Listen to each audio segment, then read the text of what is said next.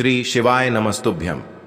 हर हर महादेव। दोस्तों, आप सभी लोग जानते हैं कि 17 अगस्त 2024 शनिवार को पड़ रहा है श्रावण माह का आखिरी प्रदोष व्रत। दोस्तों, ये जो प्रदोष व्रत है श्रावण महीने में पड़ने वाली सबसे बड़ा प्रदोष व्रत है, क्योंकि यह श्रावण महीने का आखिरी प्रदोष व्रत पड़ रहा है और इसका बहुत ही बड़ा और विशेष महत्व होता है।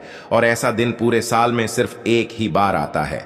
और दोस्तों, आप सभी लोग जानते हो कि प्रदोष का अगर सबसे बड़ा कोई उपाय है तो वो 31 चावल के दाने वाला उपाय है। तो दोस्तों, इस शनिवार की प्रदोष तिथि के दिन आप लोगों को इस 31 चावल के दाने वाले उपाय को जरूर करना है। बहुत सारे लोग होंगे जिन लोगों ने इस उपाय को ना किया हो, मतलब पूरा साल निकल गया, उन्होंने किसी भी दिन इस 31 चावल के दाने वाले उपाय को ना किया हो। पर दोस्तों, आपके पास एक आखिरी मौका बचा हुआ है जो 17 अगस्त के दिन। तो इस दिन आप लोगों को इस वाले उपाय को जरूर कर लेना है। भले ही आपने पूरे महीने भर इस उपाय को ना किया हो, पर अगर आपने इस श्रावण महीने की शनिवार प्रदोष के दिन अगर इस वाले उपाय को कर लिया तो आपको इस उपाय को करने का वो फल मिलेगा जिसकी आपने कभी कल्पना भी नहीं करी होगी। इसीलिए आप लोग इस वाले उपाय को एक बार जरूर कर लेना, ताकि आप लोगों के हाथ से यह मौका ना जा सके और आपको इस उपाय को करने का फल मिल सके। दोस्तों, यह उपाय पंडित जी ने अपनी अभी की ही श्री शिव महापुराण की कथा में बताया है। जिस उपाय को आज हम आपको बहुत अच्छे से समझाने वाले हैं। इस वीडियो को देखने के बाद इस उपाय को समझने के लिए आपको कोई और वीडियो को देखने की जरूरत नहीं पड़ेगी। तो चलिए दोस्तों, उपाय को शुरू करते हैं। देखिए, यह इस श्रावण महीने की आखिरी प्रदोष के दिन यह इतना खास होता है, इतना महत्वपूर्ण होता है। देखा गया है कभी कभी बड़े बड़े पूजा पाठ अनुष्ठान से जो मनोकामना पूर्ण नहीं होते, वो श्रावण महीने के दिन एक छोटे से उपाय करने से ही आपकी मनोकामना पूर्ण हो जाती है। और बहुत सारे लोगों ने इस उपाय को किया भी है और उनको इस उपाय को करने का फल भी जरूर मिला है। अगर आप लोग भी इस उपाय को करना चाहते हैं तो आप इस उपाय को पहले अच्छे से समझ लेना, सुन लेना, उसके बाद करना। आपको इस उपाय का फल जरूर मिलेगा। और इस उपाय को कर लेने से आपके घर में चाहे किसी भी प्रकार की दुख और समस्या क्यों ना चल रही हो, आपको उसका कारण भी नहीं पता है कि भाई यह समस्या किस कारण से चल रही है। उसका कुछ भी कारण हो सकता है, जैसे पितृदोष हो सकता है या किसी भी तरह का मंगल दोष भी हो सकता है। तो इस दिन आप लोगों को यह वाला उपाय कर लेना है। यह एक ऐसा उपाय है जिस उपाय को अगर किसी विशेष दिन पर किया जाए तो भाई उस विशेष दिन का जो है वह तो हमें मिलता ही मिलता है। पर हमने उस दिन पर इस उपाय को किया है तो हमें उससे भी बड़ा फल मिलता है, और फल बहुत जल्दी मिलता है, क्योंकि आप इस उपाय को बहुत ही बड़े और विशेष दिन पर कर रहे हो। तो चलिए अब उपाय के बारे में बात करते हैं। लेकिन उससे पहले आप लोगों को यह जानना आवश्यक है कि आखिर यह उपाय किस समय करना है, किसको करना है और कैसे करना है। तो चलिए हम आगे आपको वीडियो में एक एक करके बता देते हैं। लेकिन उससे पहले अगर आप लोग हमारे चैनल पर पहली बार आए हैं या फिर मेरी आवाज आज पहली बार सुन रहे हैं तो हमारे चैनल को सब्सक्राइब जरूर कर लेना और इस वीडियो को लाइक करके कमेंट बॉक्स में श्री शिवाय नमस्तुभ्यम ओम नमः शिवाय जरूर टाइप कर देना। तो दोस्तों, इस 31 चावल के दाने वाले उपाय को हमें इस शनिवार प्रदोष के दिन कैसे करना है, किसको करना है, किस समय करना है और कहां पर करना है, ये सारे सवालों के जवाब आपको इस वीडियो में मिल जाएंगे। और जो ये वीडियो देखेगा भाई, उसको 31 चावल के दाने वाला उपाय जरूर करना चाहिए, क्योंकि इस दिन एक चावल के दाने का भी बहुत ही बड़ा और विशेष महत्व होता है। और जब बात आ जाए 31 चावल के दाने की तो ये सोने पे सुहागा वाली बात हो जाती है और ये एक बहुत ही बड़ा उपाय हो जाता है इस शनिवार प्रदोष का। तो अब दोस्तों, इस 31 चावल के दाने वाले उपाय को आखिर करना किसको है, सबसे पहले हम लोग वो बात जान लेते हैं। तो देखो, घर की जो बड़ी माताएं बहनें होती हैं, उन माताओं बहनों में से कोई भी एक बड़ी माता बहन इस वाले उपाय को कर सकती है। और दोस्तों, अगर आप चाहें तो अपने घर में से सभी सदस्यों को भी इस उपाय को करवा सकते हैं। अगर किसी व्यक्ति की खुद की कोई मनोकामना है, खुद की कोई दुख और परेशानी है जो कि वह अपने लिए ही करना चाहता है, इस वाले उपाय को तो वह खुद अपने लिए भी कर सकता है। बाकी अगर कोई घर में से ऐसा है जो कि अपने पूरे घर परिवार की सुख और शांति के लिए ये वाला उपाय करना चाहता है तो भाई वह भी कर सकता है। उसमें भी कोई दिक्कत वाली बात नहीं है। कहने का मतलब ये है कि इस उपाय को हर एक सदस्य भी कर सकता है और पूरे घर परिवार के सदस्य के लिए घर की बड़ी माताओं बहनों में से कोई एक माता बहन भी कर सकती है। माताएं बहनें अगर घर में उपस्थित न हो या वो यह वाला उपाय न कर पा रही हो तो फिर घर का कोई बड्ढा सदस्य भी इस 31 चावल के दाने वाले उपाय को कर सकता है, चाहे फिर वह पुरुष ही क्यों ना हो।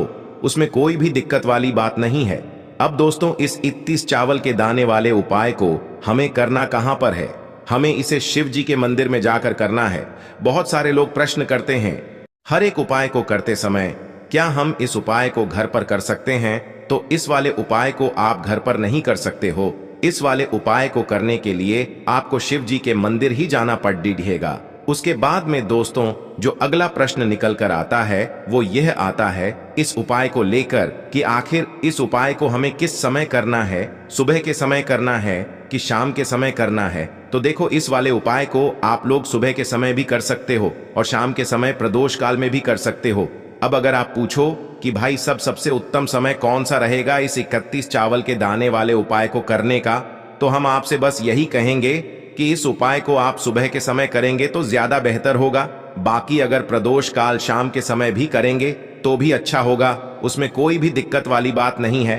तो अब दोस्तों, जो अगली सबसे बड़ी और महत्वपूर्ण बात आती है वो यह आती है कि सुबह अगर हम उपाय को करेंगे तो हमें कितने बजे से लेकर कितने बजे तक के बीच में करना है, और शाम के समय प्रदोष काल में करेंगे तो हमें कितने बजे से लेकर कितने बजे के बीच में करना है। तो देखो, सुबह जितनी जल्दी हो सके आप उपाय को करने की कोशिश करना। बाकी अगर किसी कारणवश लेट भी हो जाओ, थोड़ी देर भी हो जाए, तो 10 या 11 बजे तक भी आप उपाय कर लेना, पर 12 बजे से ज्यादा देरी ना हो। ठीक है, इस बात का ध्यान रखना।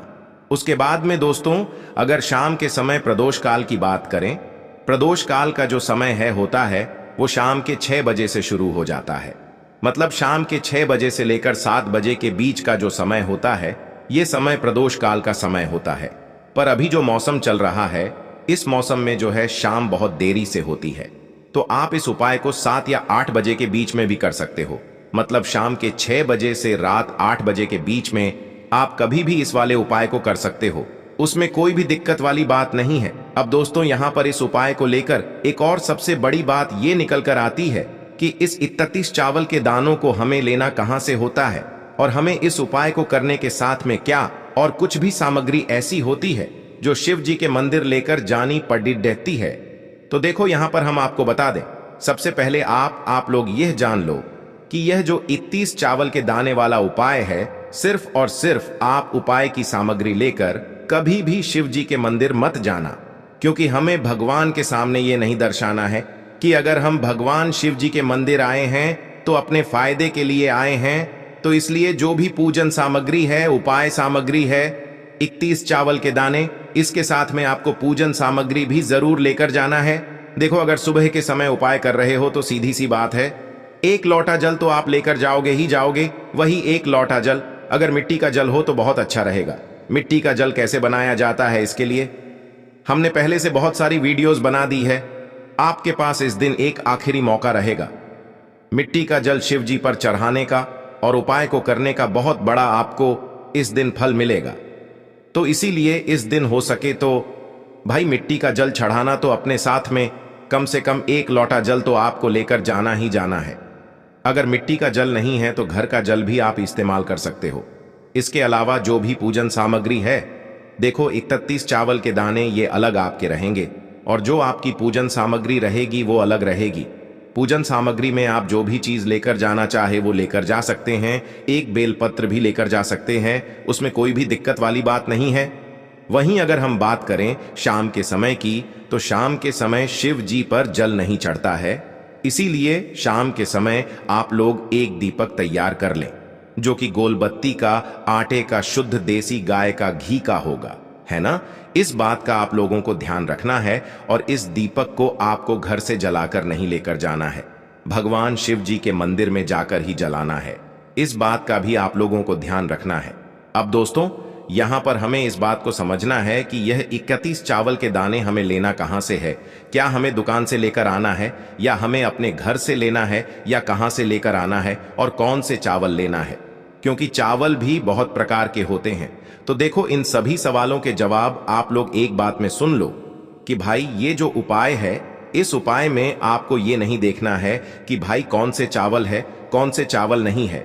बस जो भी चावल ले रहे हो वो चावल का दाना सबूत होना चाहिए, मतलब साबुत होना चाहिए, टूटा हुआ नहीं होना चाहिए, कटा पिटा नहीं होना चाहिए। ये बात आपको ध्यान रखना है। बाकी आपका चावल बासमती हो या सादा चावल हो या कोई सा भी चावल हो, उसमें कोई भी दिक्कत वाली बात नहीं है। तो सीधी सी बात है कि आपके घर के रसोई घर में जहां पर आप भोजन बनाते हो वहां पर जो भी चावल आपके उपस्थित हो, उन चावलों में से अपनी एक कटोरी भर लेना या एक मुट्ठी चावल अलग से निकाल कर रख लेना, क्योंकि हम 31 चावल ही यहां पर इस उपाय में लेने वाले हैं।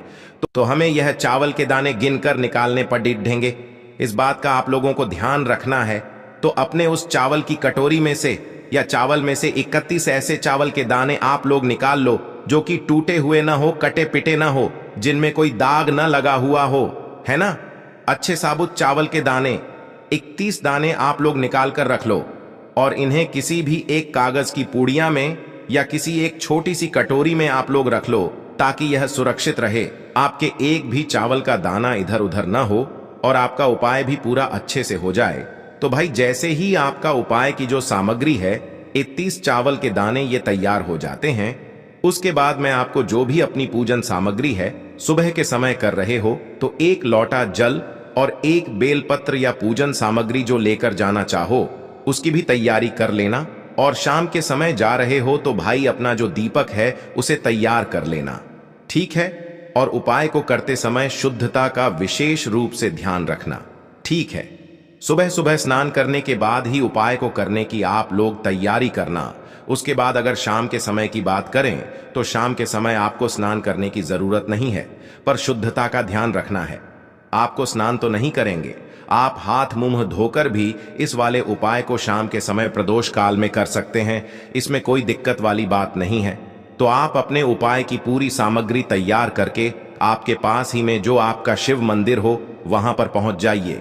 सबसे पहले शिव मंदिर में जाकर आप लोगों को उपाय नहीं करना है, पहले भगवान के दर्शन करना है, भगवान से आशीर्वाद प्राप्त करना है, फिर शिव जी की शिवलिंग के पास में आना है। शिवलिंग के पास में आने के बाद आप जो पूजन सामग्री लेकर आए हुए हैं, जैसे कि सुबह गए हुए होंगे तो एक लोटा जल और जो भी पूजन सामग्री लेकर आए हैं आप उनसे भगवान शिव जी की पूजन कीजिए। सबसे पहले तो एक लोटा जल ही चढ़ेगा, फिर आपको एक बेल पत्र श्री शिवाय नमस्तुभ्यम का जाप करते हुए शिवलिंग पर चढ़ा देना है। उसके बाद में आपकी पूजन सामग्री चढ़ेगी। उसके बाद में अगर दोस्तों शाम के समय अगर आप इस उपाय को कर रहे हो तो अपने साथ में कम से कम एक जो दीपक है गोल बाती का जो आप अपने साथ में लेकर गए हो, उस दीपक को मंदिर में जाकर अपनी माचिस से जलाना है और उस दीपक को शिवलिंग के पास में रखना है, ठीक है। इस दीपक को रखने के बाद ही आप लोगों को अपना ये वाला उपाय शुरू करना है और दीपक को ज्यादा पास में मत रखना, वैसे भी गर्मी पड़ रही है, भगवान शिव जी को आंच नहीं लगनी चाहिए, है ना। तो भाई जैसे ही आपकी पूजा अर्चना हो जाती है आप भगवान शिव जी को प्रसन्न कर लेते हैं, उसके बाद में शिवलिंग के पास ही में आप कहीं पर बैठ जाइए, सामने या आसपास जिस जगह पर आपको बैठना हो वहां पर बैठ जाइए और अपने वह 31 चावल के दाने अपने सामने निकाल कर रख लीजिए, क्योंकि अब यहां पर उपाय को यहां पर करने की आपको तैयारी करना है। और इस तरीके से जब आप उपाय करेंगे, पूजन सामग्री करने के बाद, पूजन अर्चना करने के बाद, तो आपको उपाय का फल बहुत जल्दी और बहुत बढ़ा होकर मिलेगा। तो अपने 31 चावल के दाने अपने सामने निकाल कर रख लेना और यह जो उपाय है यह आपकी सीधे हाथ की हथेली से होगा, इसलिए इस बात का भी विशेष रूप से ध्यान रखना है। तो सीधे हाथ की हथेली का प्रयोग करके ही आप लोग अपना इस वाले उपाय को करना। अपने सामने जो भी आपकी कागज की पुड्डिया है उसको खोल कर रख लो, या कटोरी है तो भाई उसे अपने सामने रख लो और अपने वह 31 चावल के दाने निकाल लो, ठीक है। उसके बाद में दोस्तों अब आपको क्या करना है कि शिवलिंग आपके सामने होगी, तो आपने वह 31 चावल के दाने एक एक करके जहां पर आपने बेलपत्र चढ़ाया है आपको शिव जी के शिवलिंग के ऊपर चढ़ाना है। कहां पर चढ़ाना है? शिवलिंग के ऊपर चढ़ाना है और कहीं पर भी नहीं चढ़ाना है।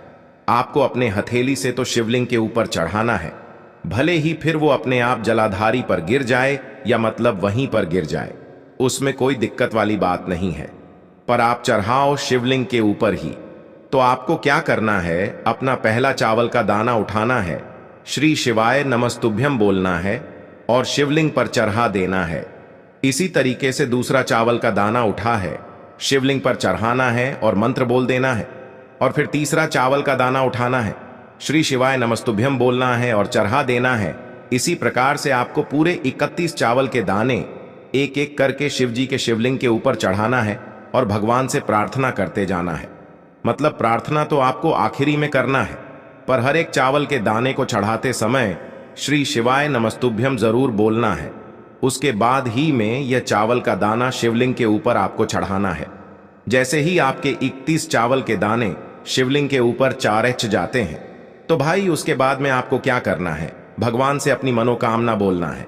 मनोकामना भी कब बोलना है, जब आपका 31 चावल का दाना आपके सीधे हाथ की हथेली में हो और आप उसे चढ़ाने के लिए जा रहे हो। श्री शिवाय नमस्तुभ्यम बोलकर उस आखिरी चावल के दाने को शिवलिंग के ऊपर चढ़ा देना और भगवान से फिर अपनी वह मनोकामना बोल देना, जिस मनोकामना के लिए आप लोग अपना यह वाला उपाय कर रहे हो। जिस भी दुख और परेशानी के लिए आप लोग अपना यह वाला उपाय कर रहे हो, उसके बाद में जैसे ही आप अपनी मनोकामना बोल देते हो, आपका यह वाला उपाय पूरा हो जाता है। पर दोस्तों, उपाय को करने के बाद आप लोगों को 2 मिनट भगवान शिव जी के मंत्र का जाप जरूर करना है। और मंत्र का जाप करने के बाद भगवान से एक और बार प्रार्थना करना है अपनी मनोकामना के लिए या अपनी जो भी दुख और परेशानी है उसके लिए।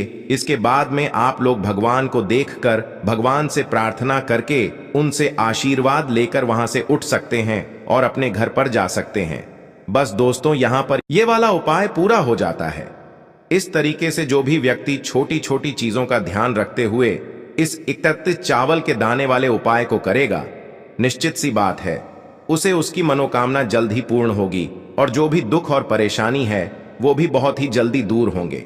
और दोस्तों, अगर आपको हमारी ये वीडियो पसंद आई हो तो हमारे इस वीडियो को लाइक और चैनल को सब्सक्राइब जरूर करें। हर हर महादेव, ओम नमः शिवाय।